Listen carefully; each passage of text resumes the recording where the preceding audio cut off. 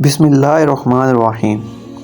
रिज़्क़ में बरकत का बेमिसाल वजीफ़ा जो हुज़ूर करीम सल्लल्लाहु अलैहि वसल्लम ने एक सहाबी को अता फ़रमाया।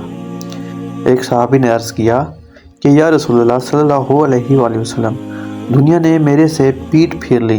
तो नबी करीम सल्लल्लाहु अलैहि वसल्लम ने फ़रमाया, क्या तुम्हें वो तस्बीह याद नहीं जो फ़रिश्तों और मखलूक की तस्बीह है, जिसकी बरकत से रोज़ी दी जाती है। जब सुबह सादक तुलू हो तो ये तस्बीह 21 बार पढ़ा करो। सुबहानल्लाह व बिहम्दिही सुबहानल्लाहिल अज़ीम, अस्तगफिरुल्लाह, सुबहानल्लाह व बिहम्दिही सुबहानल्लाहिल अज़ीम, अस्तगफिरुल्लाह।